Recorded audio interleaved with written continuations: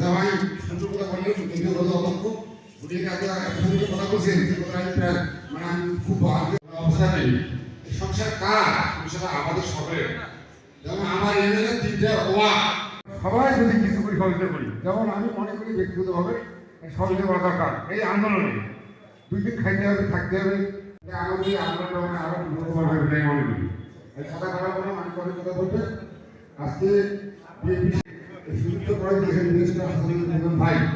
আমার দল নির্বিশেষে সর্বস্তরের মানুষদের একসঙ্গে বসছি আমরা কি দিয়ে তিস্তা মহাপ্রকল্প কেন হবে না?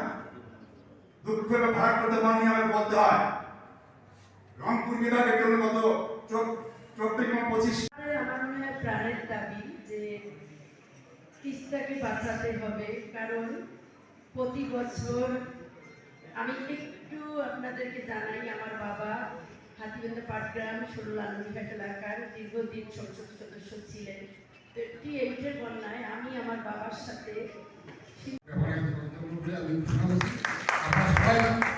ভালো থাকেন। আজকে আমরা যেভাবে সহমত হয়েছি আমাদের আগামী হবে, এখানে বিভিন্ন পাদয়ে হবে, এখানে অনেক কিছুই আছে এটার মধ্যে।